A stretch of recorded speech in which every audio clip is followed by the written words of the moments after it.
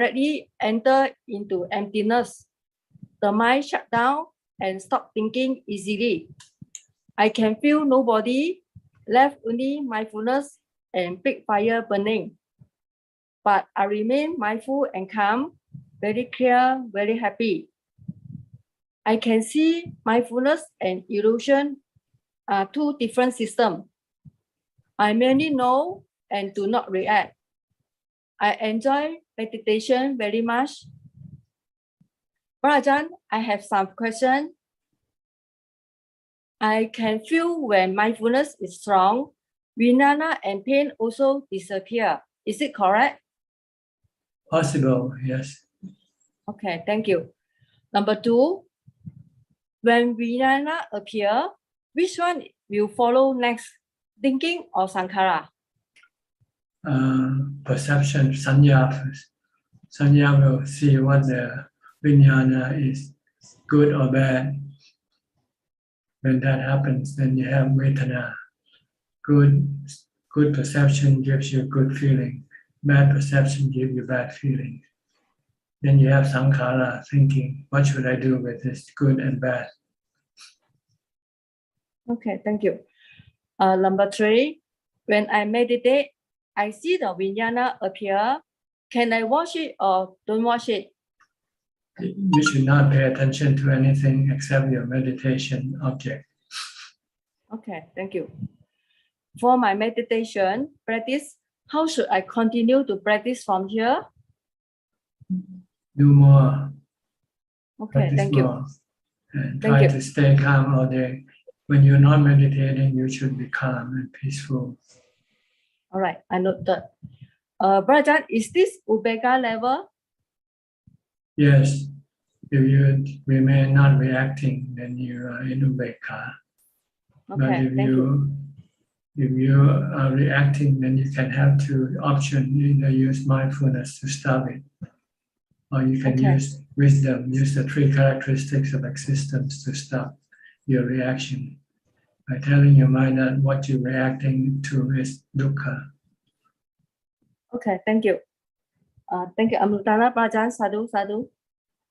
Okay, next, Sajalka from Silver Spring, Maryland.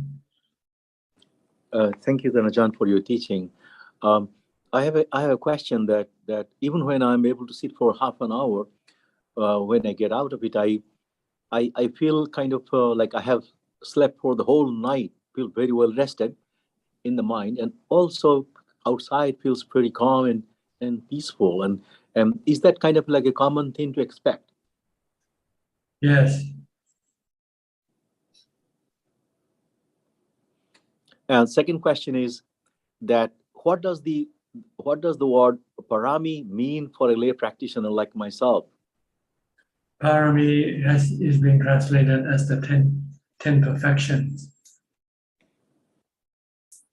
which I think is, I'm not sure what they mean when they say perfection.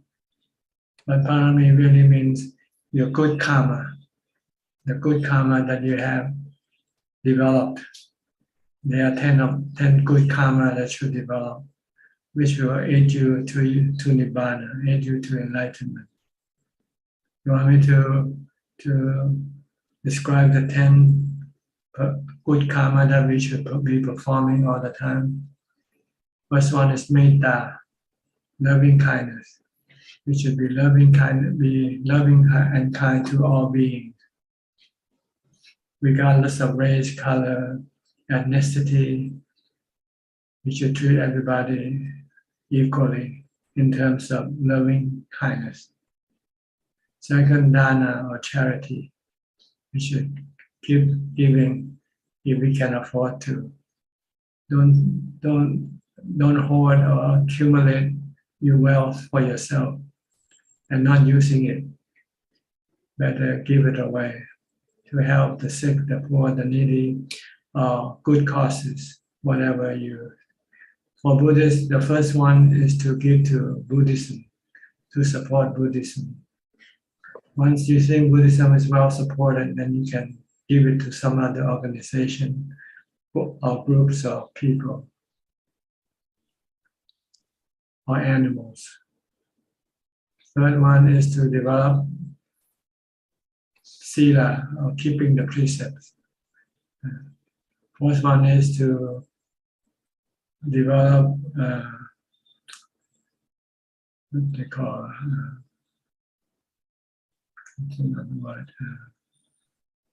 to abstain from sexual or sensual pleasure by keeping the 8 precepts. To abstain from seeking sensual pleasures. I can't think of the Pali word, but which means keeping the 8 precepts. Abstain from sexual conduct, abstain from eating after midday, abstain from entertainment, abstain from dressing up, making up your body, and then abstain from sleeping on a comfortable bed. This is and one of the perfection, good karma that we should be performed. Next is to develop samadhi so you can get to ubekha, to equanimity, by developing mindfulness all the time in your waking hours. Try to keep developing or maintaining mindfulness. Keep controlling your thought. Stop your thought from running around. And meditate when you have time to get the mind to jhana, to ubekha. The next perfection and the next good karma that you should be performing is developing wisdom, which has 3 levels. The first level is by learning from other people, and of the Buddha and his noble disciple, listening to Dhammatalks, reading Dhamma books, for instance. This is the first level of developing wisdom. Second level is to contemplate on this Dhamma that you have learned so that you don't forget, continually contemplating until it stays in the mind, like the 3 characteristics of existence, the 4 noble truths. These are the 6 good karma that you should be performing if you want to have parami. And in order to be able to develop the 6 parami, you need another 4 to support this endeavor. The first one is called resolution. You have to set up a goal. You have to have a resolution, such as, I will now devote all my time in building up these 6 paramis, this 6 perfection in my lifetime. Then you need the second one is truthfulness or earnestness. Once you have made up a resolution, you have to be earnest with your resolution. That is, you have to stick to what you have resolved to do. This is called satya, truthfulness or earnestness. Next, you need to have virya parami or effort. You have to, or energy. You have to be diligent in applying your resolution to make it bear fruit. And the last one is you have to have patience, khanti, or endurance when you have to go through difficulties in developing this perfection or these paramis. So they are all made up 10 of them. 6 to develop, and the other 4 to support the endeavor.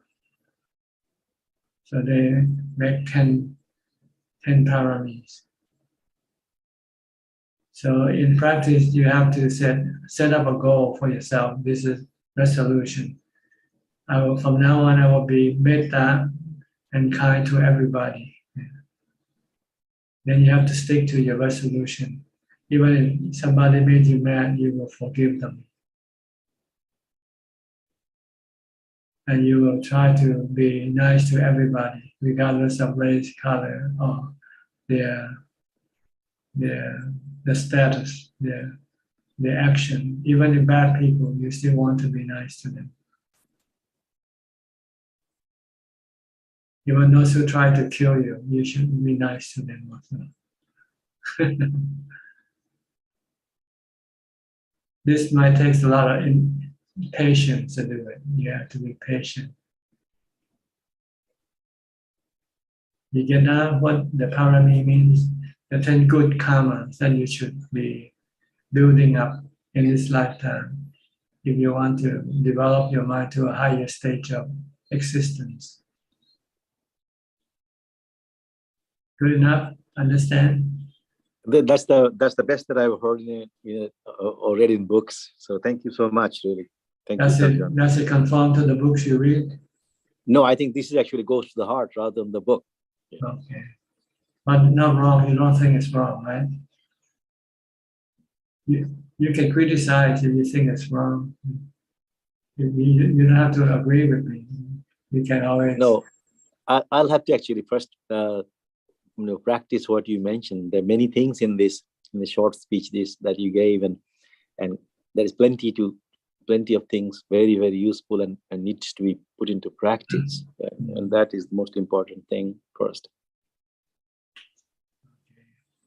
I hope you can apply it in your action, in your karma, whatever you do.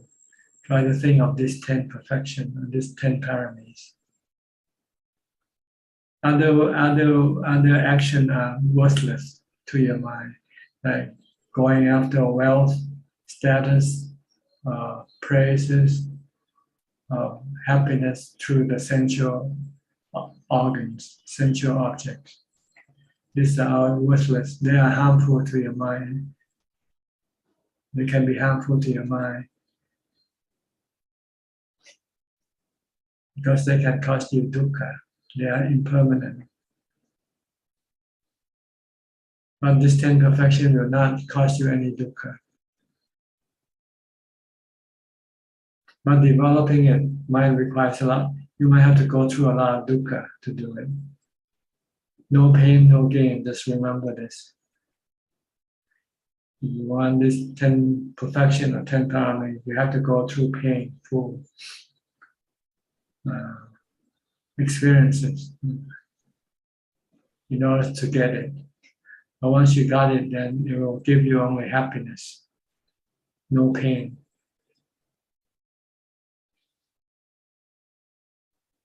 But you have to accept that in order to get them, you have to go through painful experiences. Go against the grain of your defilement is what we are doing. This 10 action, this 10 karma, 10 good karma. The 10 good karma is in opposition to the defilement action. Okay. Okay. Thank you, Ajaan. Next, Nanapat from Ubon Ratchathani. ค่ะนมัสการเจ้าค่ะพระอาจารย์ Tonight I don't have any question ค่ะ Okay. Kok Seng from Singapore.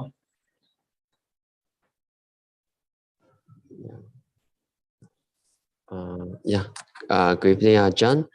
Tonight I have a question regarding last week. Last week someone asked about what is wholesome and unwholesome actions, and Prajan, you mentioned about watching YouTube or Netflix is considered as unwholesome. So as I was reflecting this, I find that the mind likes to be entertained, and therefore there's always this tendency for us to click on the video, whether you in the social media, just to get some kind of entertainment. So the question is, how do we? I think I think we are not able to see what is the danger of it, so that once we are able to see what's the danger of watching all these video clips, then we will not be so easily pulled away and by all these enticing video.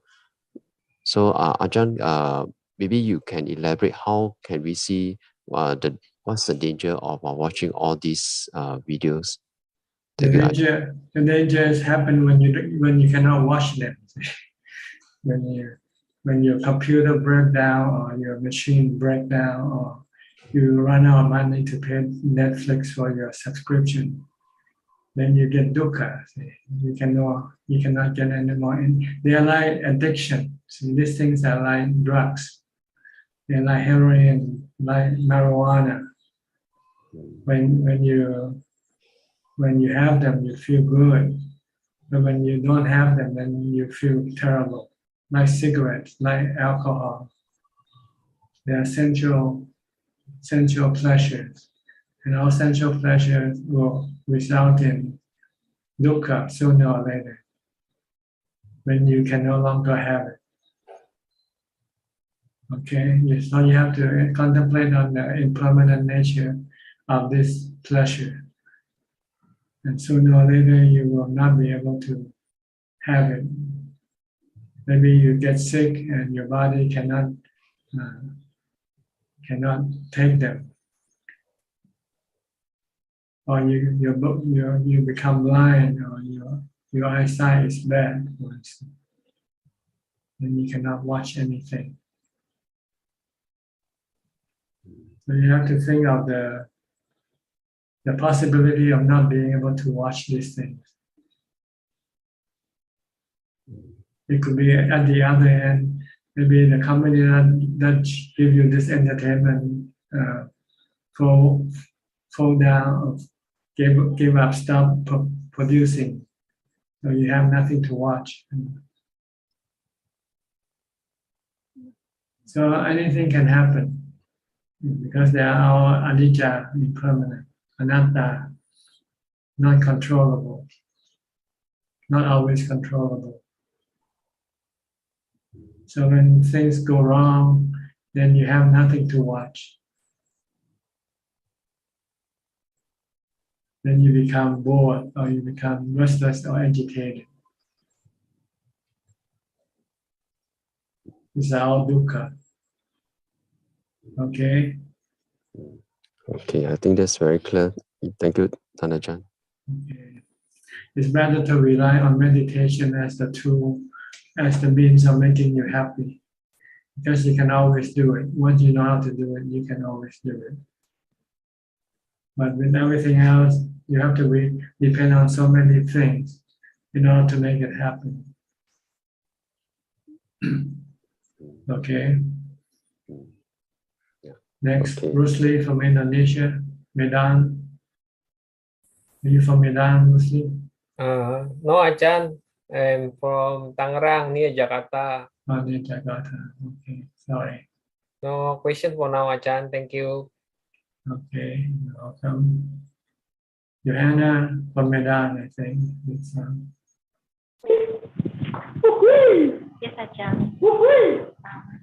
Good evening. I think we have some interference. Have someone seen the interference yet? No. Okay, anyway. Maybe it came from Johanna's end. Yes, right. From Johanna. Okay, you have no question, Johanna. I don't have any questions today, Okay. Ajahn. All right, we'll go to Billy then.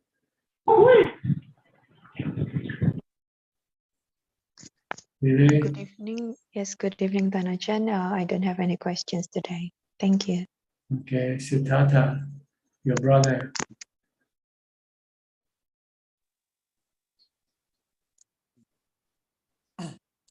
Good evening, Ajahn. I don't have any question as well today. Thank you. Okay, Jane Genso from Penang.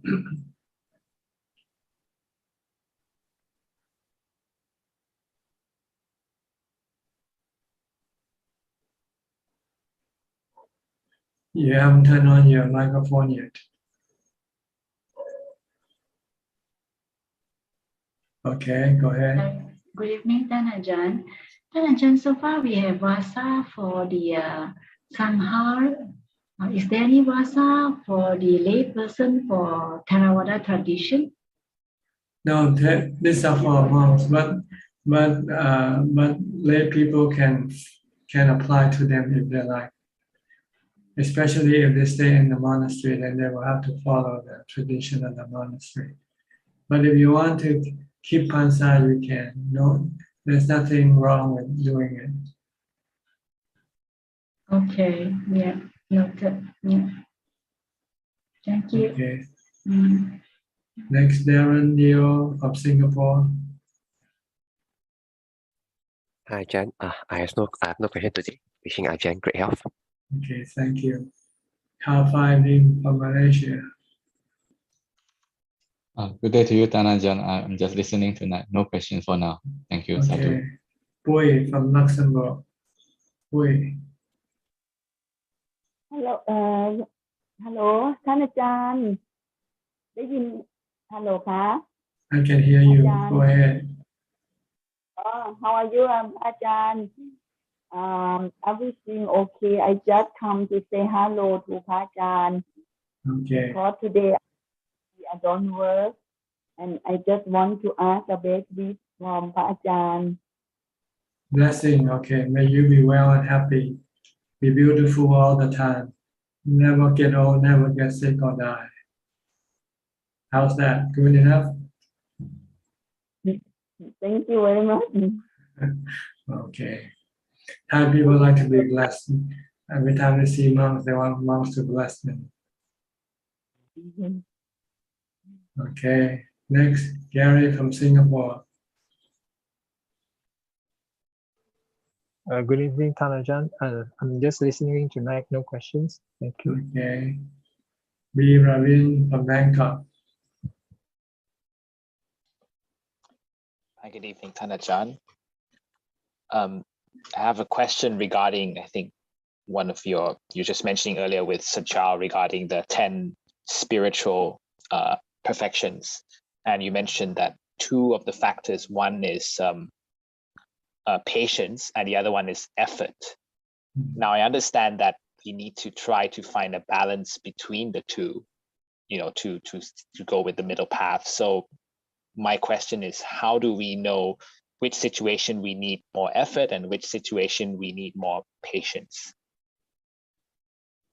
Well, you know it when you do it. But basically, you need to apply as much effort as possible. And when you reach a point where it's beyond your strength, then you might need the patience to help you push over this threshold.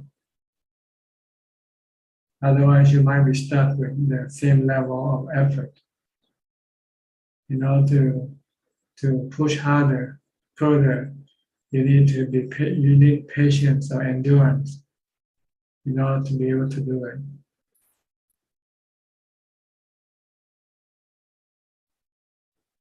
Now, if you used to sit for 1 hour, and you want to extend your sitting to 2 hours, then you need a lot of patience or endurance in order to be able to do it.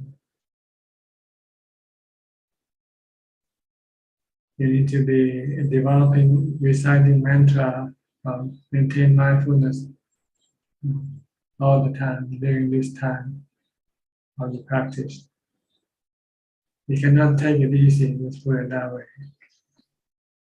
Normally, when you are within the range of your threshold, you can take things quite easy because you're used to doing it. But once you want to push above this limit, then you have to. It's like lifting weight. If you used to lift 50 kilos and you want to push to 60, then you have to put more effort and more endurance. I'm not sure if the word endurance better than patient or not, I'm not sure. Because there are no exact English word for this kanti, the word kanti in Pali. Perseverance, endurance, or patience. It depends on the situation. If you're angry at someone and you want to forgive them, then you might have to have patience.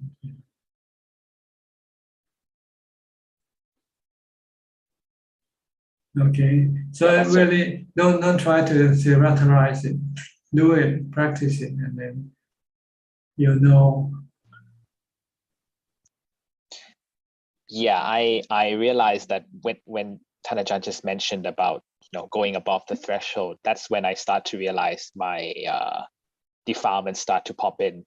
When and you have pushing dukkha. myself You have beyond dukkha. the limit. So you have to have endurance or perseverance to be able to withstand the dukkha that arises from this endeavor, this effort. And then we have to tell ourselves that this dukkha is just made up. We should just think of it as just some sort of vedana. It's going to pass. It's not going to stay with us forever. I consider it to be an obstacle to your path, but then you can manage. You can get over them. You can get over it if you have mindfulness, strong mindfulness. You will be able to go over it. It's like a hindrance. No pain, no gain. So you have to. If you want to gain something, you have to pay. Yeah. And the price is pain or dukkha. Nothing comes for free in this world. No free lunch, no free lunch. Except for charity. When you go to a charity, then you might get free lunch. Even charities, they expect us. I always feel that I want to give something in return. When they give us something, we feel like we should give them something back. Okay. So is that why dana is important, Thanajan? Dana is to get rid of your attachment to material things, to wealth and to material comfort.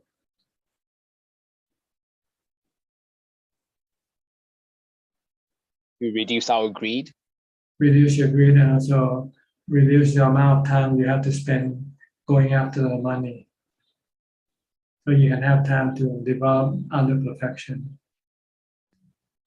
By keeping the precepts, the 5 and the 8 precepts, and meditation and study Dhamma. If you still go after money, then you will have no time to do the other perfection. Yes. Your goal is to make more money, more money. If I have 1 million, I want to make it to 10. From 10, I want to make it to 100. Even though you don't know what to use with this money. Never get enough, but yeah. Just make you feel good, oh, I get this money.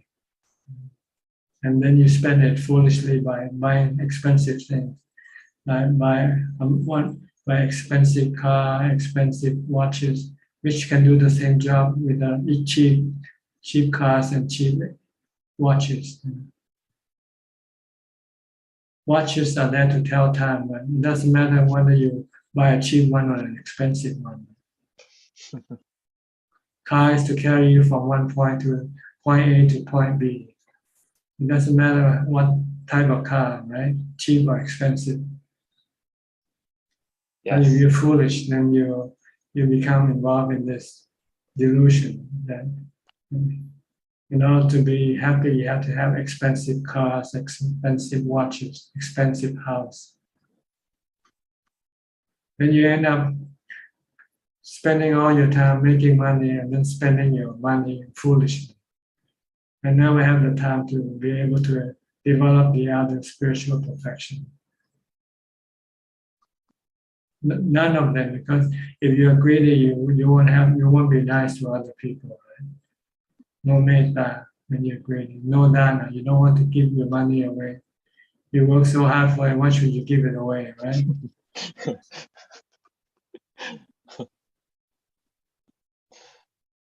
That's not good, though. Okay. Yeah. Yes, I think that clarifies a lot, Thanajan. Thank you. Okay. like Diana from Wales. Greetings, Tanajan. How are you? Good, thank you. And you? I'm well, thank you. I have two questions. One question, I joined a meditation group with my yoga teacher, and I find sometimes I fall asleep only for a second, but I just wondered if there's anything I should do not to do that, or if it'll just get better.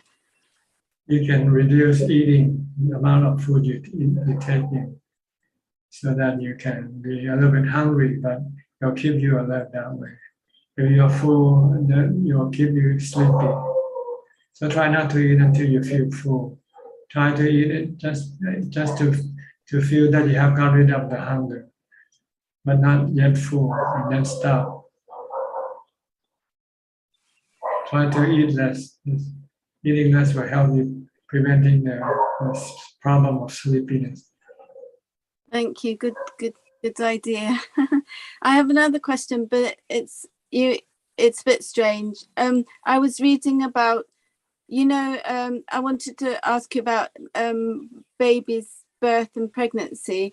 I was reading that the consciousness enters when the woman is pregnant, and I was wondering if you lose a baby and then you get pregnant again, could it be the same consciousness that comes back, or No, is it?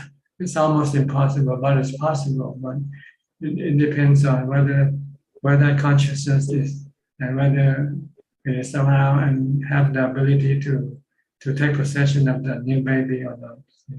Because there are other consciousness waiting in line also. Many consciousness waiting to get a new baby, to latch on to a new baby. But you don't know who will come next. And maybe the consciousness cannot wait for the same mother and father to produce a new one. Probably goes to somewhere else looking for a new one. But I don't know how this process works exactly. But the consciousness will keep searching like you search the internet. Yes.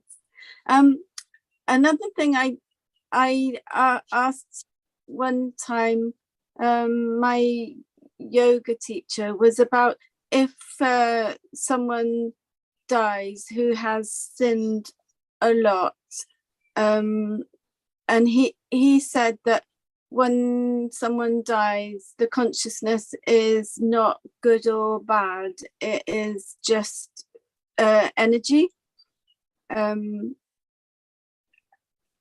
No, the consciousness is the knowing element. But inside the knowing element are the good and bad karma performed by this consciousness. And this is the one that will determine when the consciousness will be able to take up a new body. See, it has to first go through the consequence of the good and bad karma first, until the good and bad karma remain about the same level. Then that consciousness will be ready to take up a new human body. See, a human born as a neutral in karma, good and bad karma are about equal. Mm. When we are born, we have neutral or equal good and bad karma. Then we start to develop more good or bad karma until the time we die. And it depends on which one is stronger. If the good karma is stronger, it will send you to heaven first. If the bad karma is stronger, it will send you to hell first. Until the good and bad karma becomes equal again. Then you will be ready to stay in line for the new body, for new human body. And if you go to hell, does that help you learn your lessons from No, it's like when you're in a state of dream. Heaven and hell is a dreamy state. Like when you go to sleep. You just experience the good or the bad experiences, and you forget as soon as you wake up, right? If we can learn from our dreams, then if we know that our bad dreams are caused by our bad karma, then we will not try to do any bad karma, right? But we don't learn from our dreams. We cannot learn from our dreams. Thank you, Ajahn. Okay. So the Buddha said, avoid doing bad karma, doing only good karma. If you can do this too, it will guarantee you heaven when after death. And if you can do the third one, purify your mind, it will guarantee you nibbana. So this is the three things that all the Buddha will teach any people to do these three things. To avoid sending the mind to hell or lower state of existence, and only send the mind up to good existence. And if you can purify your mind, then you will go to Nibbana. Okay, this is the roadmap, Buddhist roadmap. Just by doing these three actions. Okay, good. Next, Belinda from Singapore.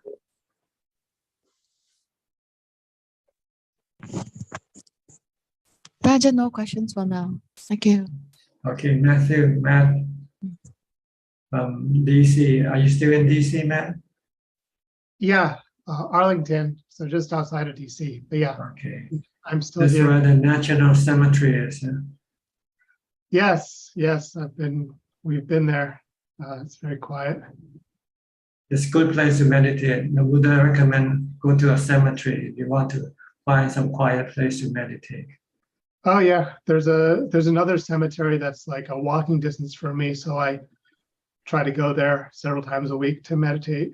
Yeah, good place and quiet. Nobody goes there to play. Yeah. And it also reminds you of the truth of the body existence. That sooner or later it's gonna end up in the graveyard, right? Yeah. Yeah, you don't like you have something similar to cemeteries, although you guys you cremate bodies in Thailand, Bodies, right? yeah, yes.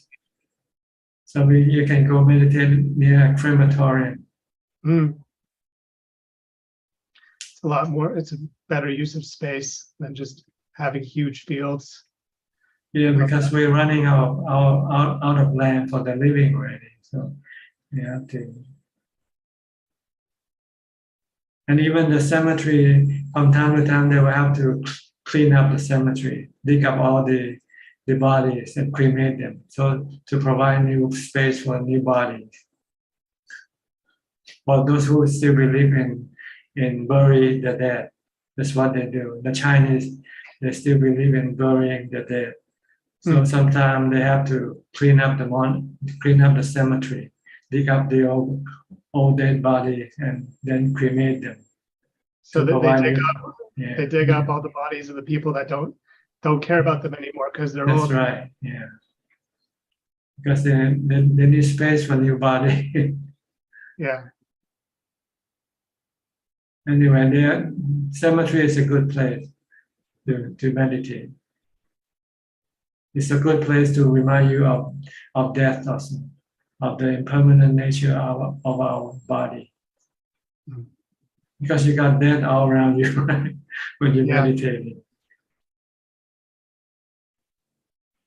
Any questions tonight? No questions tonight. Just listening. Thank you, Ajahn. Okay. And your partner is okay? She's working? Emily? Yeah, she's at work right now. All right, then I'll go to the next person, which is Gavin from Dhammatalk, now in Bangkok. Before used to be in Vancouver, Washington. Hello, Ajahn. No questions tonight, but I just wanted to say that I'll be visiting the temple again on Sunday and to visit The autopsy? Oh, the autopsy is later. Later. Okay. But I'll be staying for 9 nights. 9 nights. I see. You'll meet Alex Aruka. He's staying up on the mountain now. Alex, he came here on the 9th. He arrived. And he's fasting this right now also.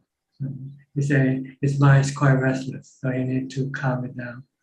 So he used fasting to help him calm his mind down. I see. You probably meet him if he hasn't moved away yet. Okay. Okay. Next week? Coming? On Sunday. Oh, this coming Sunday. Okay. I'll see you then. Okay. See you soon. This time by yourself or with another guy also? Oh, by myself this time. Yes. Okay. Next, Adeline and Philip. Where is Philip, Adeline? Working? Good evening, Tanajan. Yes, he has a dinner tonight. So yeah, he said he'll come back and join later. Okay. Yeah. My question, I do have a question today in regards to the 8 precepts. How long do you need to practice? And after the 8 precepts, are there any more that we can practice? As lay person, as 8 precepts is enough. Is enough? Yeah, it's enough. Okay. How the length of practice depends on how much you want to do it. The more the better, because it will help restrain your sensual desire, sensual pleasure desire. Okay. All right.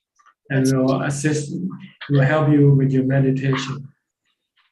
So normally when you keep the 8 precept, you practice meditation also. You just don't keep the 8 precept only. You want to keep the 8 precept to assist your meditation practice. If you're not practicing meditation, maybe the 5 precepts will be good enough.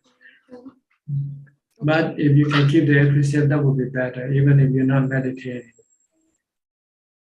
Okay, all right. Because it will restrain your defilements, your cravings, Yes. the sensual pleasure cravings. Okay. I'm almost there. I'm still practicing. I'll try to keep my 8 precepts as much as possible. Yeah, good. Okay, all right. Thank you, Tanajan. The goal is to be able to keep it every day, eventually. Okay, we'll strive towards that point. Okay. All right, thank you, Tanajan. Next will be Khan. Alfredo from Brazil. Are you keeping the 8 precept, Alfredo, or 5 precepts or what? More or less. More or less. Mean 7 or 6 or 9? Yes. I heard music and other things, not 8 precepts. So sometimes 6, sometimes 7. Yes. I meditate a lot. I like to meditate. Okay. The cause of agree in Nibbana that you mentioned last week is very good to understand Dhamma, né, Bante? The what? Nibbana is other word, né? Agree in Nibbana, the sadhana, né? The faith in Nibbana is very important, né, Bante? To advance in practice, né? Because any monks that say that the people's not like Nibbana, discussing Nibbana, because Nibbana is not have sensual pleasures and other things. Yeah, it's a peaceful mind. Nibbana is a peaceful mind, a happy mind, peaceful and happy mind. No defilement. The mind without defilement is Nibbana. That's what it is in essence. If you have no greed, no hate, no delusion, then you are in Nibbana. Yes. Good. You have good. Okay. I practice to try Okay. In order to get rid of your greed, hate, and delusion, you have to see the three characteristics of existence in everything. Yes. If you see they're all dukkha, then you don't want to have anything to do with them. But if you still think they can give you pleasure, then you are caught in a trap like a fish, caught in a bait, caught in the hook, the hook with a bait. When you see the hook with the bait as good, then you bite the bait, right? When you bite the bait, then the hook will then stick to your mouth. This is the same thing with everything. If you see things in this world as being good, give you happiness, then you are delusional. Then you'll be caught. You will never be able to escape from this realms of existence, three realms of existence, of samsara. You only have to see that everything in the samsara will eventually give you dukkha, because their nature is impermanent and anatta. Yes. Okay? Okay, but very good. All right. Then we go to Sri and check next from Vancouver, Canada.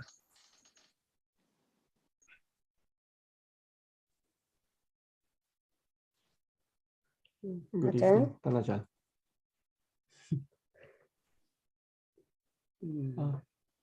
Ajaan, I have a question on the sutta. Like Buddha taught us to be aloof from sensual pleasure and aloof from unwholesome state of mind before we can go to jhana.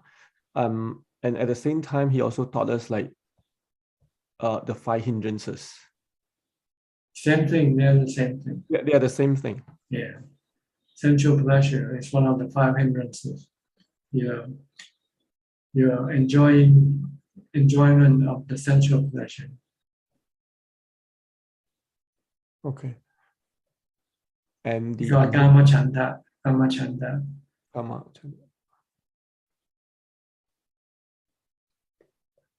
If you still enjoy the five sensual objects, then you're hooked to it. You cannot free yourself from it. And you will not be able to go to samadhi, because your mind will be craving for the sensual objects all the time.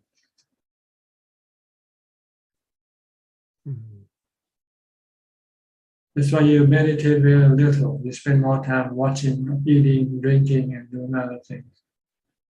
These are all sensual pleasure, craving for sensual pleasure. So you have to stay away, go into seclusion, go to a place where there are no sensual objects for you to enjoy. Okay. To restrain the Like stay away from your wife, for instance. Stay aloof from your wife. Don't be close to your wife.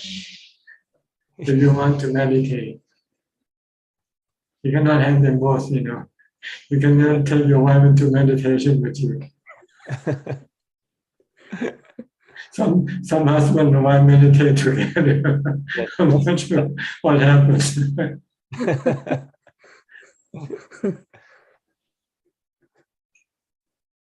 Okay. But how about the unwholesome state of mind? Thinking, and by thinking about sensual pleasure is considered unwholesome state of mind. Or anger. When you get angry at someone, this is unwholesome state of mind. Oh.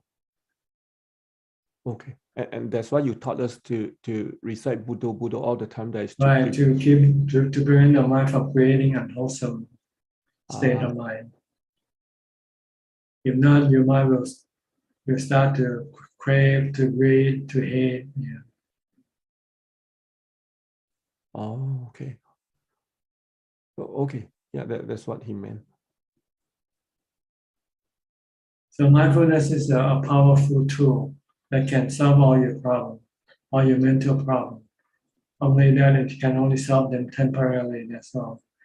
Once you can solve them temporarily, then the next step is to develop wisdom to solve all your mental problems permanently.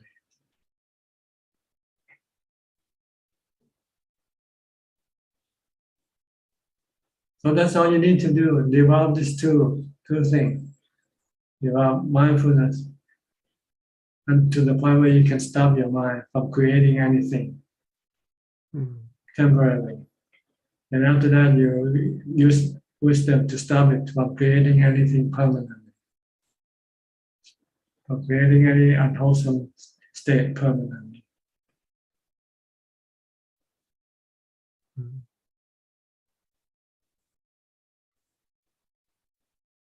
So you need to find time to develop these two Dhamma, this mindfulness and wisdom.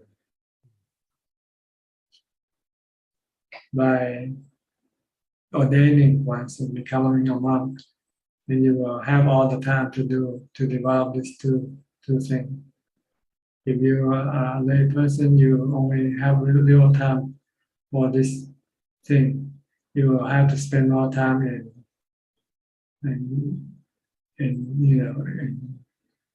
earning an income to support your life, your family. Then you don't have enough time to practice mindfulness or wisdom.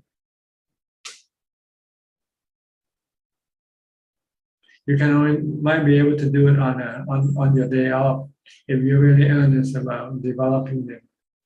So instead of on your day off, instead of going to play golf or going to a movie or go to entertainment, you go to a monastery to practice mindfulness and wisdom.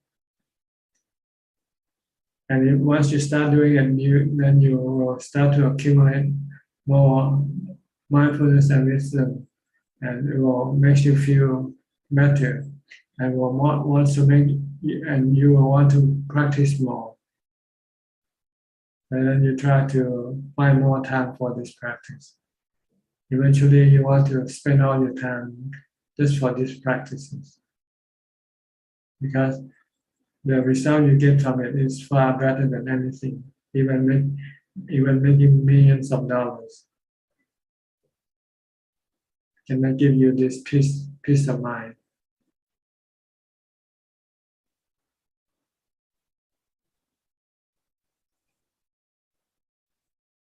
Anything else from check? Ajahn, you talk about the 10 paramis.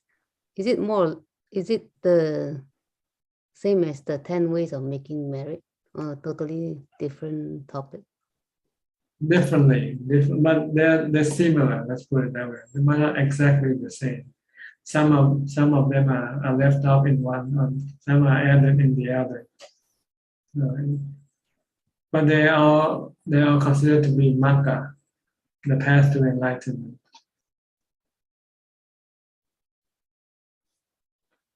See, I think the Buddha tried to avoid monotony in his teaching. So he tried to, like cooking food, he tried to use the same meat, but fry them sometimes, boil them sometimes, chop them up sometimes, just to make it different. So people who eat them will not feel, monotonous. So they can enjoy the food. So same thing with the Dhamma teaching. The Buddha just tried to cook different dishes for us to eat. But they are food for the mind.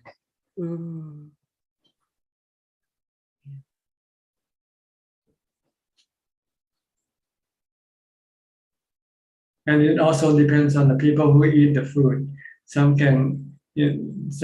people can eat the food that other cannot eat. So he knows which type of food he should cook for each group of people. Lay people, he give another type. Monks, he give another type of. Young children give another different type of food.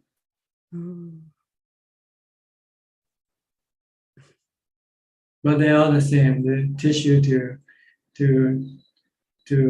nibbana.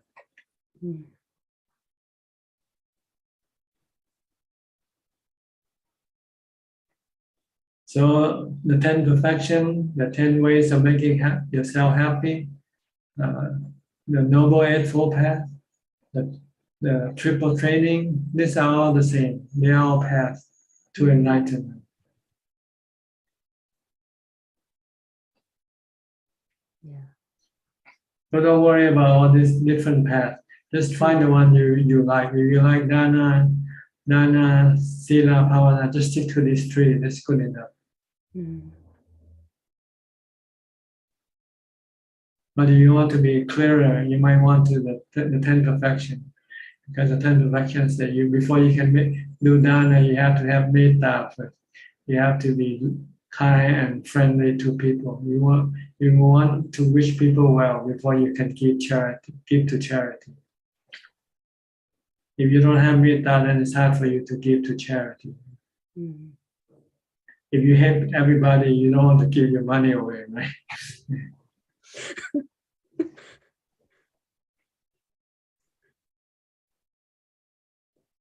Mm. Ajahn, I have another question.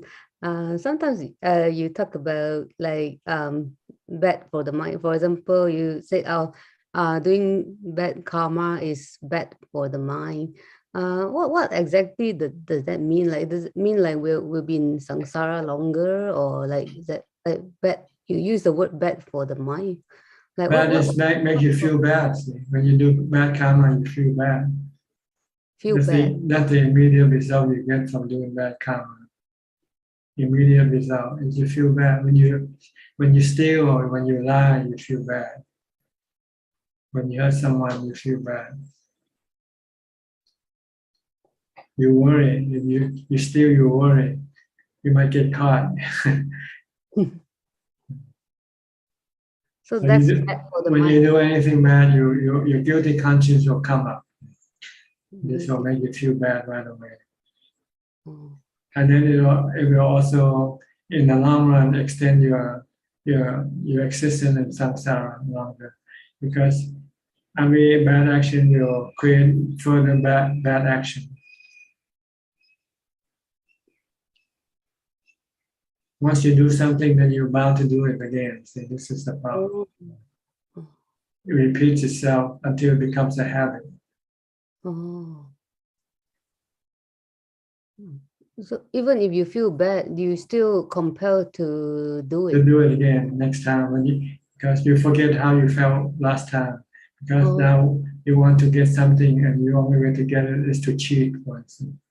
And you forget how you felt bad before. But only after you have done it, then you start to feel bad. Maybe less now because you become in what you call accustomed. No? Become used to it, so you become immune to the bad feeling. So then you keep doing bad karma more and more because you don't feel bad anymore doing it. Yeah. So if you don't feel bad anymore, is so you like that? Then it's not like that's really bad for the mind. That's bad because you have no hiri ottappa. The shamefulness or the fear of the consequence of your bad karma, which will follow later, maybe sooner or later. You might get caught. You might get put in jail or punished somehow, or retaliated by somebody.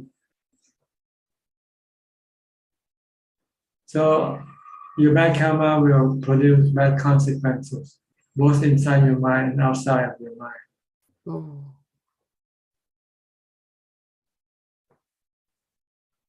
And the opposite is true. If you do good karma, it will only produce good consequences for your mind. Makes you feel good. When you give to charity, you feel good, right? And even after you have given it for a while, when you think about it, you still feel good from your good deeds. You don't feel bad from your good deeds. And you might have good consequence. People might praise you, or people might appreciate your action, your good action. and people might come around and support you in time of need, for instance, help you maybe.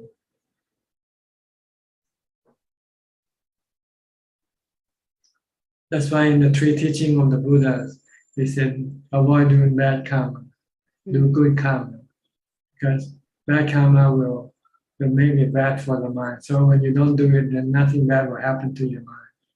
And you want something good to happen to your mind, and do good karma. But these two actions will still keep you in samsara. If you want to get out of samsara, you have to do the third action, which is to purify your mind. This you need to practice meditation. Samatha and vipassana bhavana.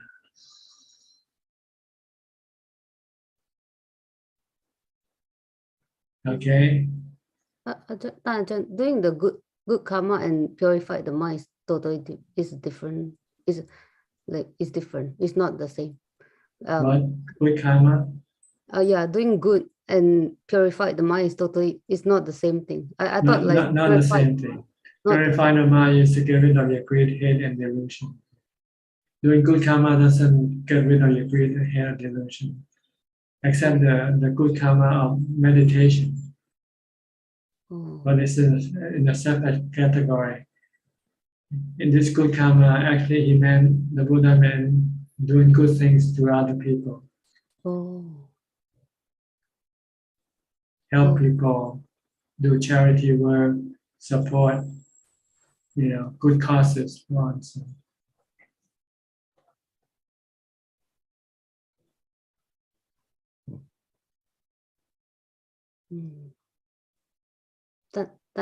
On the Q&A on the last Q&A,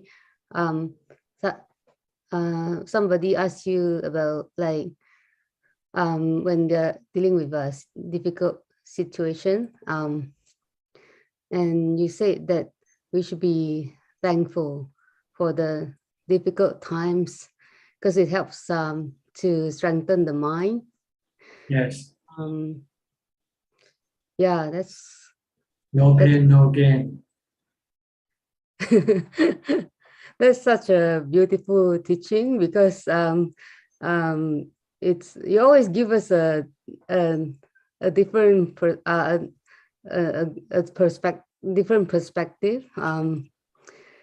That it's really when you switch the mind around, it makes me feel good. Anyways, like when I think about when I go through a difficult time, and then just think about your teaching and say, "Oh, be thankful," and right away the mind changes like the perspective, and really helps me to feel like good.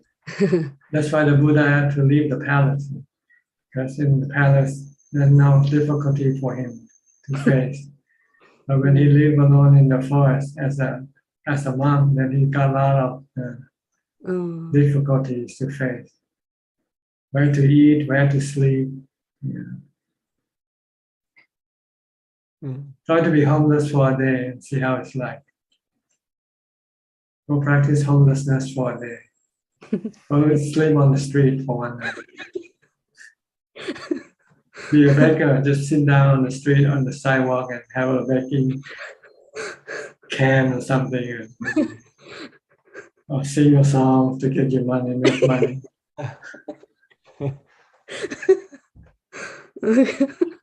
Well, yeah, like. But it will make you strong. You can say, "Hey, man, if you can do it, what's the point of making all the money when you can do this thing?" When you can be happy and poor, then that's good, right? Yeah. That's why I appreciate you giving me like a different perspective. Like nobody, like in my whole life, that the whole world, the conventional world just thought, especially as a woman, like I have to make the home comfortable place, like nice place for your family. And I think a few months ago, I think you were teaching I think it was with Sajal, that make the home, first time I heard like, yeah, somebody say, you said that make your home uncomfortable. And then I thought about, oh, it's like, wow, this is very new perspective for me. Like, oh, instead of making your home comfortable, you should make your home uncomfortable.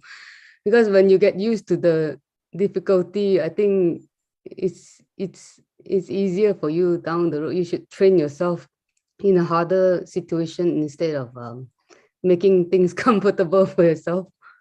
So I really appreciate your different perspective, like your teaching, and you challenging the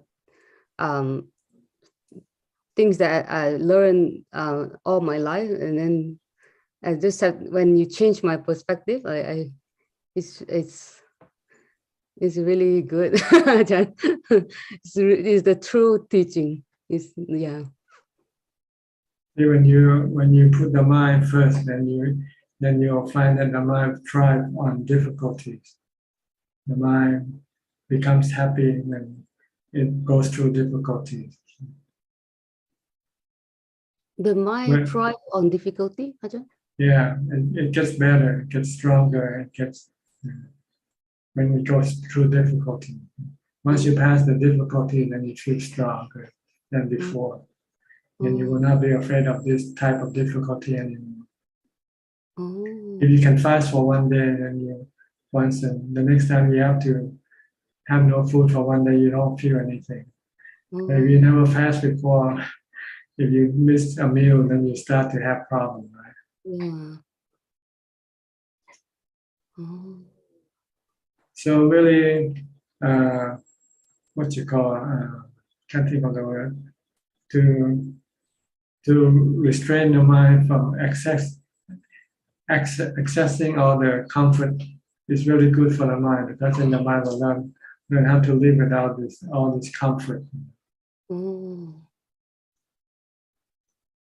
Deny the mind the comfort of the physical comfort, and it'll force the mind to learn to live with the discomfort, the physical discomfort.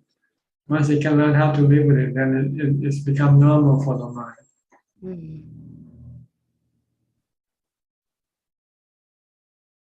That's why when you become monk, you're considered homeless. You have no possession.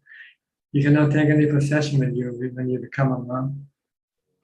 The Buddha only allowed you 8 pieces of property, possession. A baking bowl, 3 pieces of rope, a belt for your robe, your razor to shave your head with, and your beard, needle and thread to fix your robe, and a water strainer. That's all the monks are allowed to possess during the time of the Buddha. You don't take your car with you. You don't take your house with you when you become a monk. You don't take anything with you.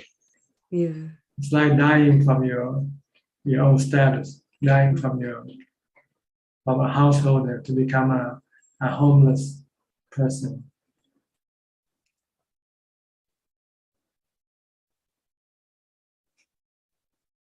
Like Alex Aruka, he came with nothing except maybe he has a bag with him for his clothing, and that's about it. And he go with the monk in the morning to beg for food, to collect food, and eat just once a day. And all he has is just a platform and a roof to sleep on, and a walking path for his meditation practice. But why he came all the way for this thing? You ask, he must be crazy, right? But he was not happy staying in the home with all the comfort. His mind became restless and agitated, craving for more and more. So you have to suppress the mind with reducing all this physical possession and comfort. To force it to become have less craving for things. by reducing the things that it can have. Only the basic necessity of life. Then it will be easier to restrain it with mindfulness and wisdom.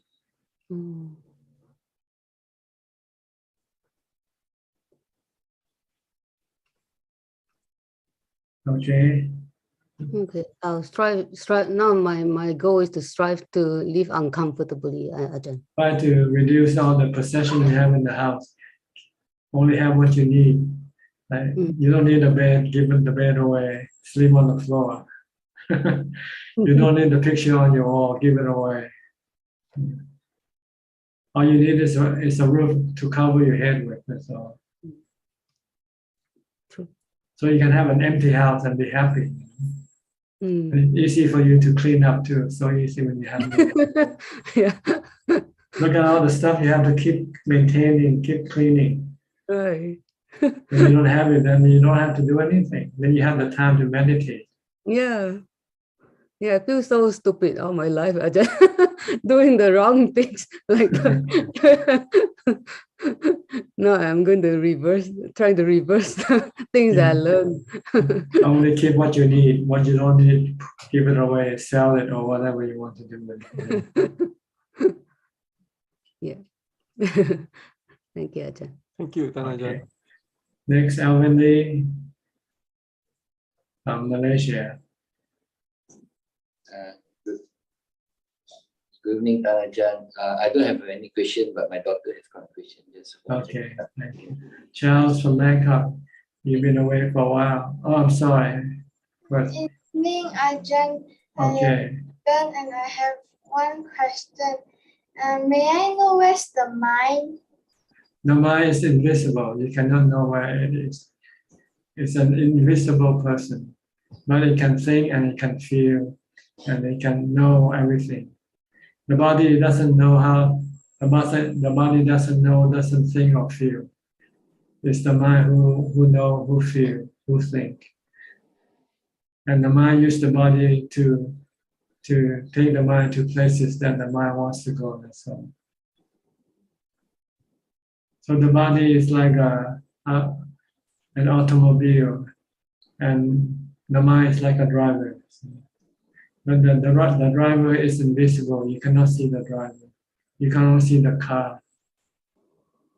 Have you seen a car that has no driver but can operate and run? It's something like that. If your body has no mind, then your body cannot move, cannot do anything, because the body has to wait instruction from the mind. Right before you can say anything, you have to think first what you want to say, right? Like you have a question, you have this question first in your mind. This is the mind telling the body what to say. Thank you, Ajahn. Okay. Don't worry about the mind, where it is. Worry how to make it happy. That's all you have to worry about, how to keep it happy. And the way to keep it happy is to study hard and obey your father and mother and teacher. Then your mind will be happy. Thank you, Ajahn. Okay. Okay, good enough? Is that all, Alvin? Yeah, I think she's happy with that. Thank you. Okay. Thank you. That's all. Thank you. Somebody who was next disappeared from the screen. Where did he go? Charles, okay. Charles, you are next. Good evening, Ajahn. I have a question about how to overcome the 5 hindrances, particularly the sensual desire. Sensual you desire. just mentioned just earlier. Okay, I try to figure out the question. Okay, to deal with the sensual the desire, right? Usually number one is we try to avoid the tempting situation, entertainment, things like that. The second is we need to deal with that with wisdom. You just mentioned earlier the 3 characteristics, right? You see them anicca and anatta, like that, right? But also, Ajahn, you always emphasize we should start our practice by achieve a high level of samadhi or chan, right? Before go to wisdom. Now, on one hand, we need to deal with we need to have a certain level of wisdom to deal with the sensual desire during the practice of samadhi, right? So if we don't have the capability to deal with the sensual desire, and how can we advance our samadhi? Because in order to achieve high level samadhi, we need to deal with one way we try to avoid the sensual temptation, right? At the same time, we need to deal with when the desire come up, right? We need to see that as alicca, right? Yes, so how can we deal with that situation? There are different levels of wisdom. Okay. The wisdom that we talk about in Vipassana is the wisdom to let go of the 10 fetters, which is the highest level of wisdom that you have to develop before you can let go of the 10 fetters. Okay. But on the normal level, you also use wisdom or common sense. What to eat, not to eat. What if you eat something and it gives you stomach, and then you have to have the wisdom to know that you're not going to eat again next time. See, when we advance our practice, right? When our mind go more peaceful, more quiet, more defilement coming out, layer by layer. It's like you need wisdom in every level of your practice. You need to apply wisdom when you give charity. You do charity. You have to choose which charity is good, which charity is not good. So you need use wisdom every level. Yeah. So how can we acquire the wisdom? By reading or by listening to the Dhammatalk or something? By talking to someone who knows it, like the Buddha and his noble disciple. Okay. Well, okay. Fine. Okay. Then another question is: there are people like without wisdom and have a monster mind, some lame people or some even monk, right? Not a good intention, right? And they can still achieve the high level of samadhi to chan. How can they do that? They like they are not Buddhist, right? So the way they go to the high level of meditation. No, samadhi is like a sport. You can be a bad person and learn a certain type of sport, like playing golf. So samadhi is like a sport. Just all you don't have to know is how to learn how to meditate. That's all. When you achieve samadhi, doesn't mean you can be a good person. You can be a bad person, like Devadatta. He achieved high level of samadhi. He got special psychic power, but he's greedy and he wants to become number one in place of the Buddha. So in that sense, in that case, that means that they don't need to worry about the 5 hindrance, right? They just they know how to get rid of the 5 hindrance. They know how to get rid of the 5 hindrance. They don't do that, but they can still advance their practice, right? It's like playing golf. You have to know all the obstacles that prevent you from achieving success in golf, right? If you can eliminate all the obstacles, then you can be champion, right? Playing golf. Yes, the different type of samadhi, that one. Yeah. Okay. Anyway, then I would like to ask next questions about let me see. The contemplation of the 32 body parts, for example, the 4 elements, right? So the way we do this for high level of wisdom, which requires samadhi first. Okay. Yes. Okay. But you can do it for fun or just as a training program. But you cannot really get rid of the fetters without the samadhi to support your mind. You need samadhi, you need equanimity before you can stop the fetters. Yeah. Yes. The defilement appeared in my case, right? When I go deeper, right? So I need to let it go, right? So I need to have a very strong strong equanimity. Yeah, the equanimity to do that. Otherwise, I cannot do that.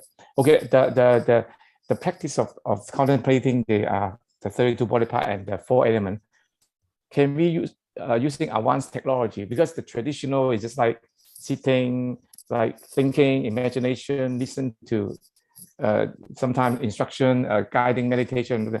But now the virtual reality, DVR picture, everything, right? So can we see it by just? I think you're wrong when you say thinking is primitive. Thinking is the most advanced tool that humans have. Everything is developed through thinking, not the other way around. You don't have robot to develop your stuff. No, your thought is the one that developed all the robots, all the machines. Yes. So yes. you're mistaken when you say thinking is primitive. Thinking is the most advanced tools that we can use. Yes, I agree. Thinking very important, but in the old day they don't have a picture, right? But now I have a picture. You don't need to. Think. You don't need to. Your mind can create pictures in your mind. Create picture. The Buddha had no robot. They have no virtual reality to teach him to become enlightened. Okay. He uses his mind. He uses thinking. Yeah. Okay. Can we do both, right? For example, I see the picture and the video about the body part. What I'm trying to say is don't depend on anything except your mind if you want to become enlightened. Can we have something to assist the mind to think, like see the picture, see the video? Yes, you have to go live in the forest. Then this will assist your mind to think properly. Don't stay in the city or town because they are all surrounded by your defilements. Everything in the city and towns were created by your defilements to mislead, to deceive you, to think that you're advancing, you're developing. And actually, you are being trapped by your defilements.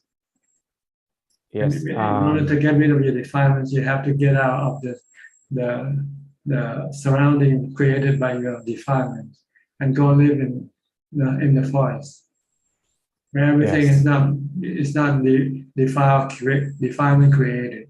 It's all natural creation. Okay, for example, now I practice the 32 body part, and one way is I listen to the guiding, because I cannot remember every part exactly, right? So just listen and then I just contemplate. It's really yucky like that, right? So if I have a video or something, right, I can also see, and I also can contemplating, close my eye and then see and close my eye like that. Is it more effective, or better just ignore the text, Yeah, just look at the Buddha and his noble disciples. They didn't have all these tools. They're 2,500 years ago. So what? So what? It's still the same today. It's still available today. I don't know why you want to use something that you can. Because you see, not just myself, I just a group of practitioners, right? We're just thinking about how to improve our practice. That's why we just thinking about that. Improve by mindfulness, by being mindful all the time. You don't need fundamental, yes. That's fundamental, yeah. And contemplate on anicca, dukkha, anatta. Contemplate on the sukha. You don't need any tools. You already have the perfect tools in yourself. When you go look for some inferior tool to assist you, when you have the most superior tools in yourself already. But that is like to observe anicca, right? We observe the body. That's your delusion, misleading you to go look for inferior tools when you have the most superior tools within yourself. That's delusion. That's why you have to go talk to someone without delusion to tell you the truth. Okay. Yeah. If you go talk with other people, they will say, "Yeah, we can use virtual reality. We can use pictures. We can use videos."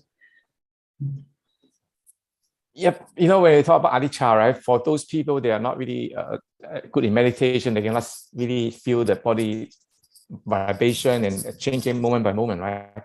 They are not at that level yet. So maybe they need something else to help them to understand, your body actually changing every second, right? So both those good meditators, they can really feel it already, right? So that's why I asked this question. For the beginner, maybe they are not able to. You don't know how to use the superior tools. That's all. That's the problem. What's so difficult about imagining all the 32 hearts in your mind? You can imagine money. Why can't you imagine skeletons? Okay. You can imagine Hong Kong. You can imagine New York. You can imagine Tokyo, but you cannot imagine the skeleton within your body. I don't know why. What's blocking you from doing it? They're all imagination, right? Yeah, contemplating. Yeah. But actually, the body sensation, you can feel it, right? The mind, actually, imagination, the feeling, we can really can feel it and see it. But I think the body part and the four elements is the mind, right? Practice the mind rather than the body sensation, right? I think it's the mind. Okay, Ajahn, I think I already take so much time. No, it's okay. No problem. Yeah. It's knowledge we're discussing, so it's good. Yeah, it's very helpful because this kind of thing lead to really think about it, right? How to advance the practice, right? That's why. So make it clear. I learned this before, but I have opportunity ask, right, to really clear my mind, right? We have to go live with an enlightened master like Ajahn Mahabua, Ajahn Mani. You say they don't have anything. They live in the forest without any of this advanced tools that we have right now. Yeah, at the end we need to practice, right? At the end, after all the talk, all of reading, listening, at the end we need to practice and experience ourselves. That's the no other option actually. Have to do it that way. Yeah. Okay, Ajahn, thank you. You're welcome. Evie from Indonesia. Evie, what's your problem today? Same problem like yesterday, like last week, like last month. It's all the same problem. You have no mindfulness. No mindfulness. Yeah, no problem lah, Ajahn. Just 3 days ago, my meditation is I saw the Kesa Loma Danta Nakatacho, and it appeared by itself. You're not supposed to see anything when you meditate. You're supposed to get to emptiness. Maybe. You've been sidetracked by your defilements already. Yeah. Suddenly, it happened suddenly. I feel my skin is blue, is bruised and slightly wet, and the tip of the index finger so big, and look, there is much hole at the finger, and that is disgusting, Ajahn. And my hair also fall down, and I can see the head scalp that is white color, and my nails also like cracked yellow nails and very easily to break. And the final is the teeth so big in my front, my face, and want to swallow me, and I wake up. Is that because the mindfulness, the You have no mindfulness. You have no mindfulness. That's why you wake up. Oh. You went into a dream without knowing it until you wake up. Then you say, "Oh, I just woke up." I so scared because the teeth so big, and I am like want to get into the teeth, Ajahn. So Okay, I wake up. Just use anicca. Tell you that this is anicca. It's already gone. It happens and it's already gone, and you should forget about it. And come back and develop mindfulness. Mutto. Stop thinking. Yeah. Okay. The goal is to blank your mind. You don't have to fill your mind with all these thoughts. You'll not get anywhere if you don't just sit like this. Yeah. And Ajahn, I want to ask, is there a meditation retreat for women in Ajahn Monastery? Because No, if it's all, one day, all individual retreat. You have to do it on your own. oh no, women also can participate, Ajahn. On your own. They have dormitory style for you to stay at the temple. You just meditate on your own. Attending morning, evening chanting. So if one day I came to see Ajahn and I am able to stay in Ajahn Monastery, all right? Don't worry about that when it happens, okay? Yeah, I know. And but I don't know when because I know it's a waste of time talking about it now. So you don't know. Yeah. Okay, Ajahn, that is all. Okay, good. Next, Joko Gumilang from Indonesia. ขอบคุณครับอาจารย์ well today I'm just listening to this talk Okay. อาจารย์ All right. Go to Westbury. Paul, right? Paul Westbury. From Virginia, also, I guess, if I remember correctly. Yes, Ajahn, nice to see you. Yes, a few weeks back, I spent a little bit of time at Forest Dhamma, a few days. I'm in the process of getting ready to go to Australia for at least the Vasa and maybe ordain there as well. Oh, really? And with whom? Yes. Yeah, thank you. Who are you going to stay with? At Bodhinyana with Ajahn Brahm. Ajahn Brahm. Yes, Ajahn Brahm. At Forest Dhamma, I felt I like that you were saying earlier we have to have a little bit of discomfort when practicing for the Dhamma. And when I was at Forest Dhamma, I realized like if I'm maybe 20% uncomfortable, then the Dhamma is very clear for me or very motivating. But I worried about getting too lax in the practice or too comfortable, or maybe have too much requisite things like that. But maybe I should remember to stay 20% uncomfortable. Is this a good insight? Yes, good to stay below the poverty line. Yeah. Okay. Yeah. So right now my practice is a little bit lax because I feel I'm going to be practicing for many years to come at the monastery. But yeah, I'll have to remember to be a little bit uncomfortable. Yeah. Just keep on practicing. Don't worry about too much about the past or the future. Just stay in the present. Okay. Yeah.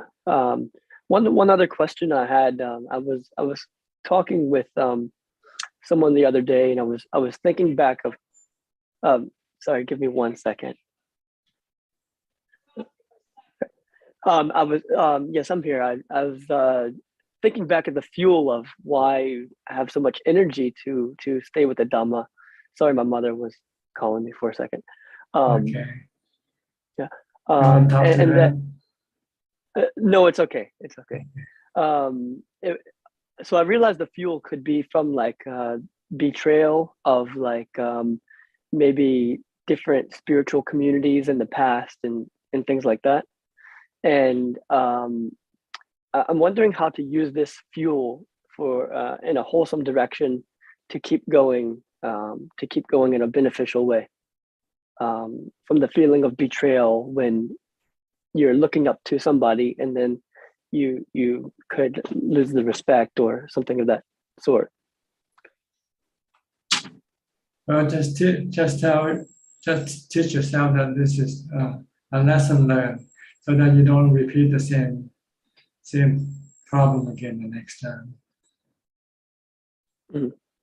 Remember, the Buddha said, "Don't believe completely and don't disbelieve completely.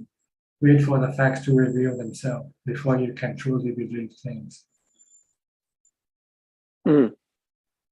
So this is a good lesson for you about trust and belief. And sometimes you cannot trust or believe wholeheartedly because it might not be what you believe to be. So you have to wait to see the real thing before you can say, yeah, this is true or not true. If you haven't seen the truth yet, then you just have to hang your belief or disbelief. Mm. Don't fall for one or the other. Don't fall for believing or disbelieving. Just wait and see. Mm-hmm. Then you will not be disappointed or deceived. Okay.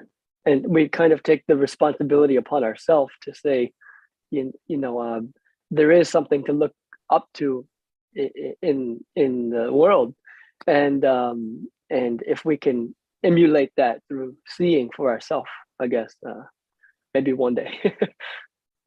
Look up to something that is quite well known to be true, like the teaching of the Buddha from the Tripitaka, or the teaching from the Ajaan who were well respected by monks, by other people, like Ajaan Man or Ajaan Cha, somebody like that.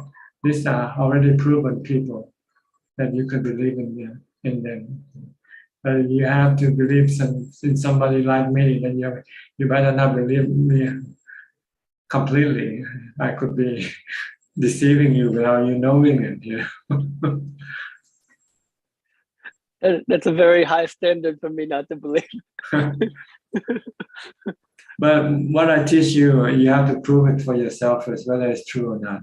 Once you have proven it's true, then you say, "Oh, I can believe him because he's not lying." But if you cannot prove it yet, then you should hang your belief up first. Wait and see. You should use your wait and see attitude. Wait until you can prove it. In the Karma Sutta, have you read the Karma Sutta? Yes, Bhante, I was just listening to a talk yesterday that referenced the Kamala Sutta as well. Yeah, not to believe just because someone It's a said so. teacher, somebody well known, somebody. You have to prove the teaching, whether what they teach is true or not first. Is Vinaya one of the main factors in like seeing for ourselves I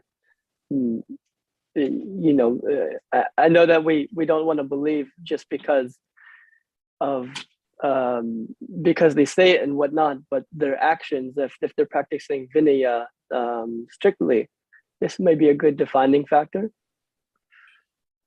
For what? Defining factor for what? For seeing that they may be in line with their values.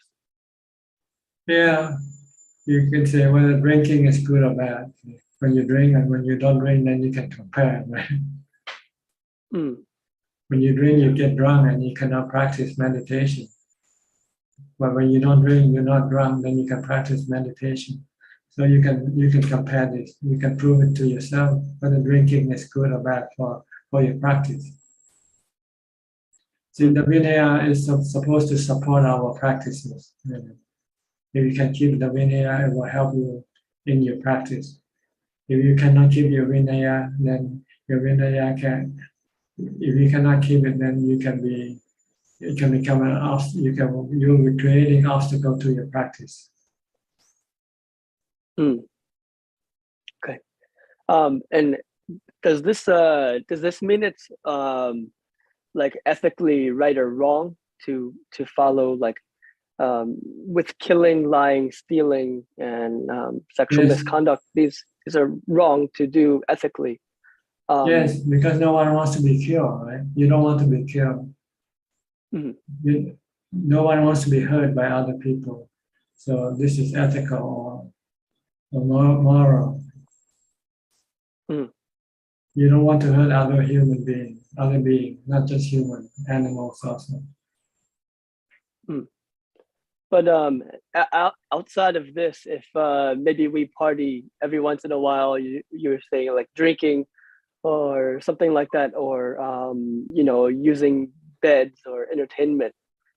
These aren't necessarily ethically wrong, but yes, I do find that it keeps me from meditating. Yes, sense restraint. there are hindrances to your meditation practice advancement. Advancement, okay. If you want to keep advancing, then you don't want to spend your time on other activities. You just want to spend your time on meditation only. Yeah.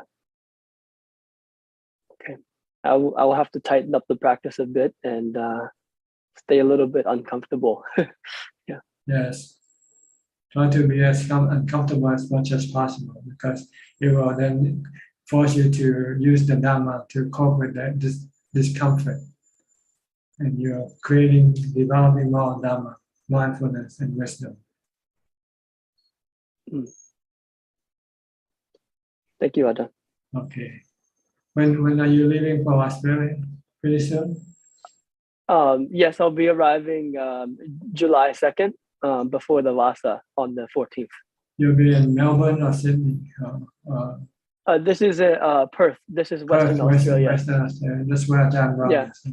Okay. Yeah, very, very isolated. Good. Yeah. You need isolation hope, to advance in your practice. Yeah. My aspiration is to maybe do some do Thanga maybe a little bit later, because I need to develop basic meditation first. But maybe that's a whole nother subject. So I don't want to hold you too long. Okay, good. All right. Good luck to you. Yeah. Thank you. All right. Next, Sulan from Singapore. Su. Yeah. Hello, Ajahn. Nice to meet you. Okay. Anything tonight? Yeah, I have some questions. My first question is that this month is like Father's Day. Then I'm just wondering like how best can we actually kind of repay our parents, because I try to buy good food for them and all that, to treat them well, but I just have this nagging feeling that it is not enough, that whatever I do is not enough to repay them, and because of this I also have the fear and anxiety that because they are quite old, I'm afraid that they will leave me one day. Then I feel like I'm not doing enough. Yeah, I just have this kind of feeling. So I just wondering how just best. do more. Just do more. If you don't feel enough, then do more. It's like eating. When eating, you don't feel you eat enough, then you eat more, right? Just do until you feel that you cannot do any more. So I should buy more good food for them. Well, you have to use rationality. So you have to use common sense. If you give them more than they can eat, what's that for, right? Yeah. Maybe do something else. Stay with them. Take them out, go on some places. Make them happy somehow. But if you can teach them meditation, if they want to practice meditation, teach them how to meditate. Yeah, I tried teaching them before, but they don't seem to get it. Okay, then do something else. See what they like and do the things that they like, or give them the things that they like. Yeah, and they become addicted to watching YouTube. Okay, so that's the business. It's not your business. If watching YouTube make them happy, let them watch the YouTube. You want to make them happy, that's the goal. So you have to find out what makes them happy.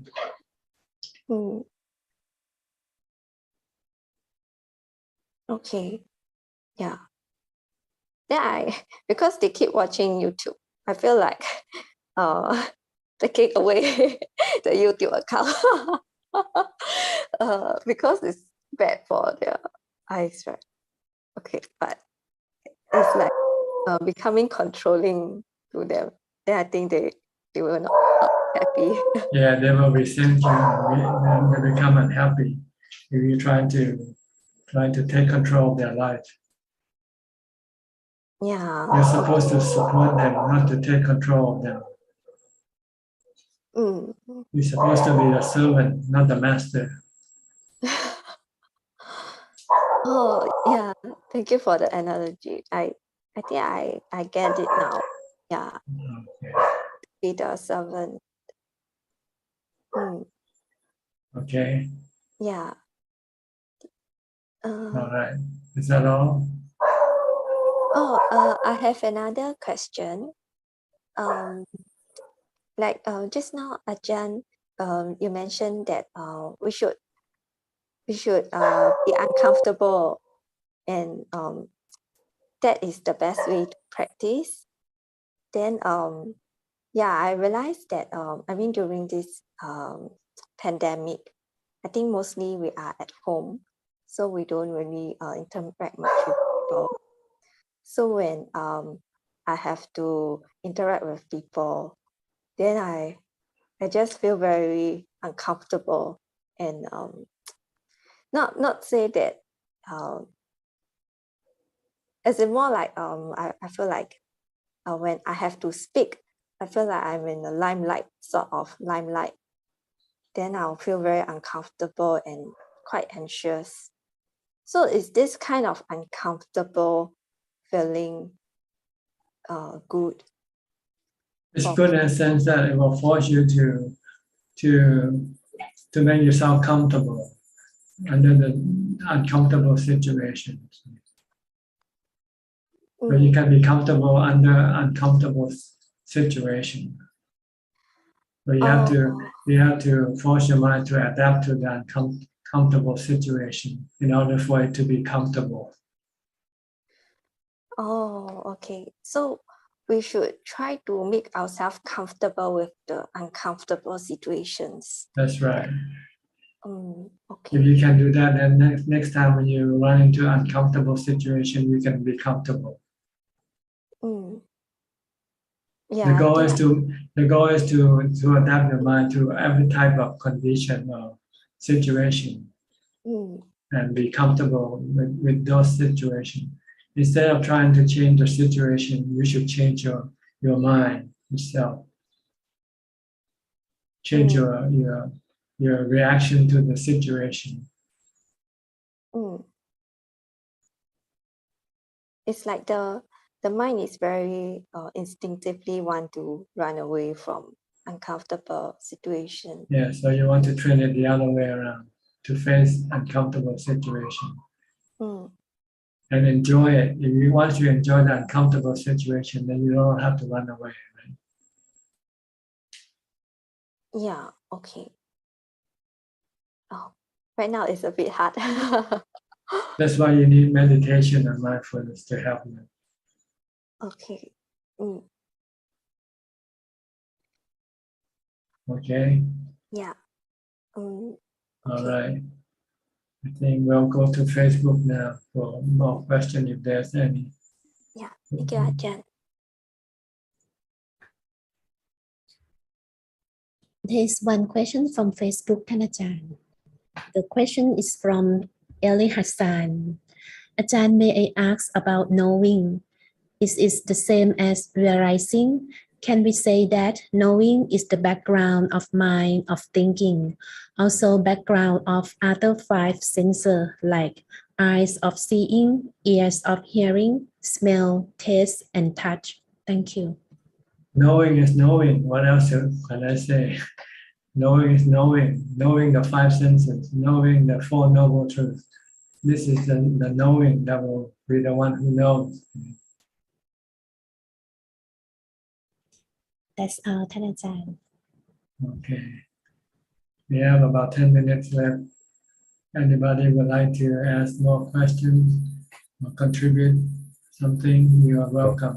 Joko, okay.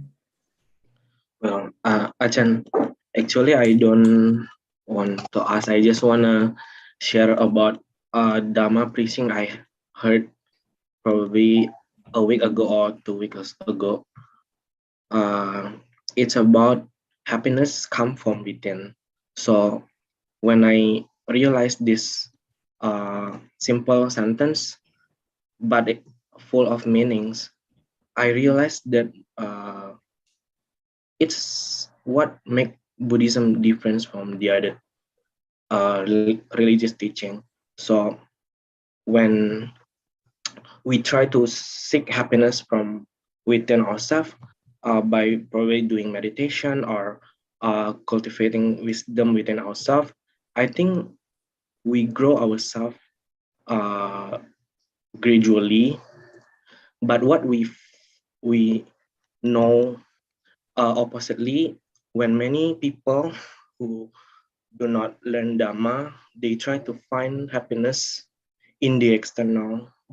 So they do anything just to please themselves, just to make themselves satisfied. But as we learn Buddhism, we know that everything which is conditioned is anicca, dukkha, anatta. So that's what make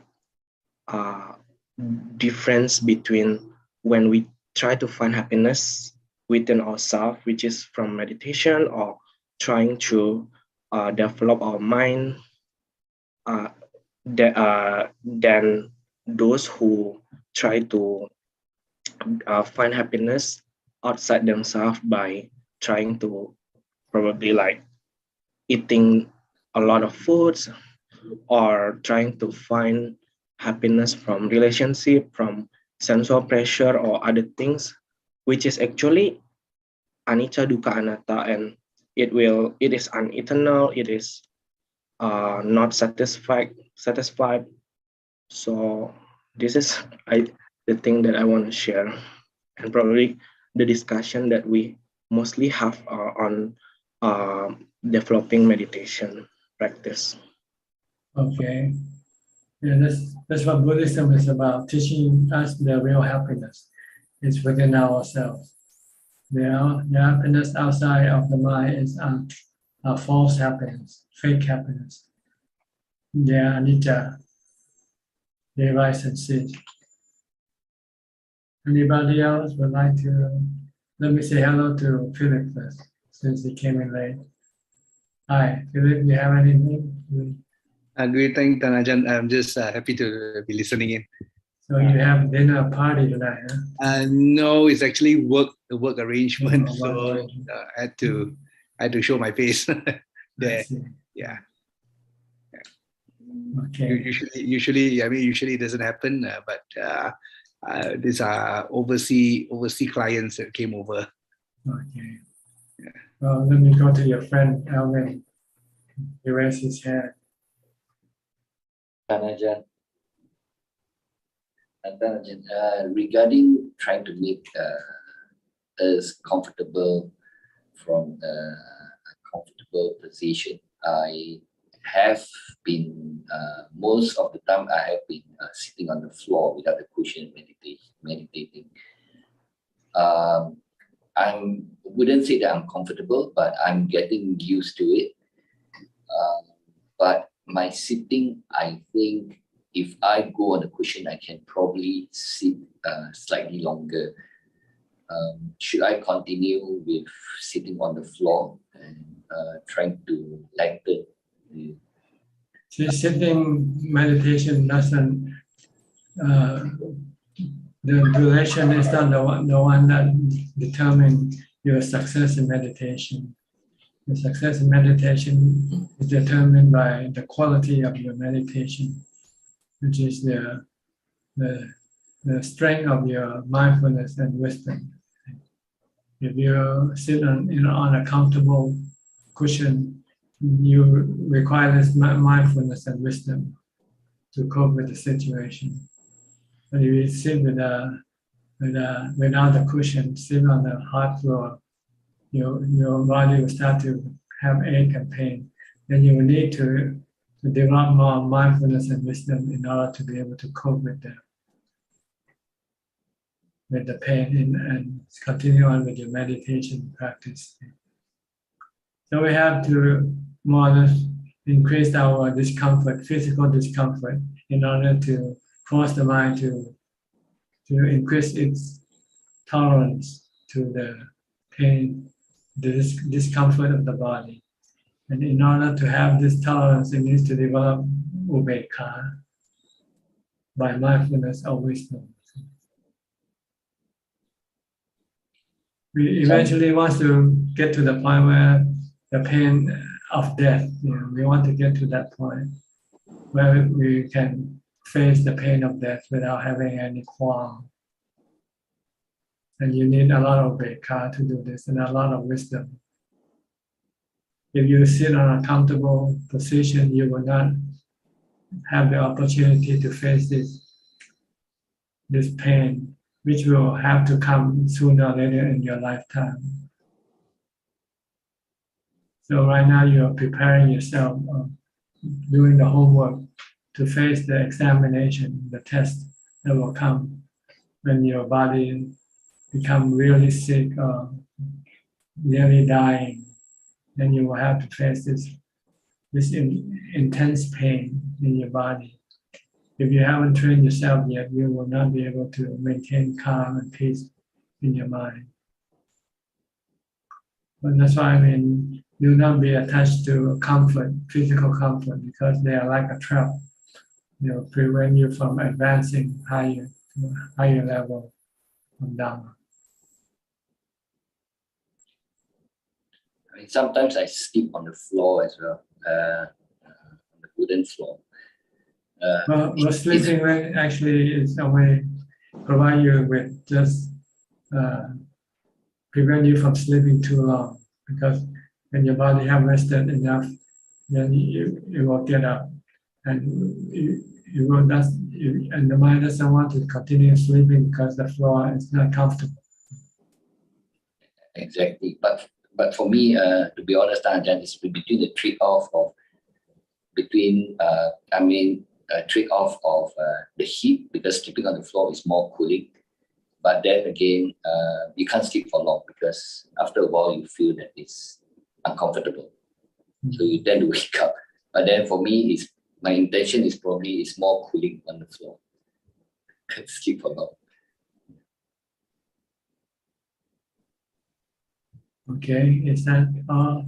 Yeah, that's all. Okay. We have 2 more minutes left. We have a raspberry. Oh, final question from you.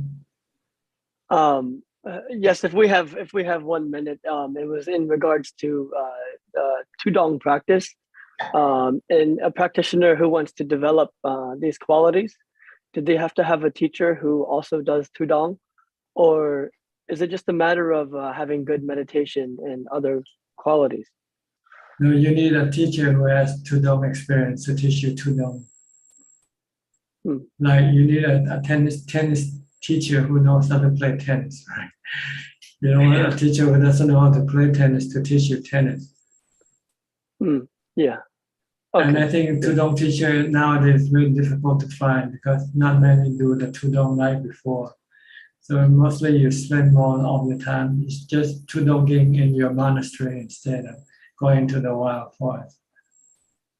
And also, I'm not sure whether you can do it in Australia or not, because you need the support of the community when you go to Tudong.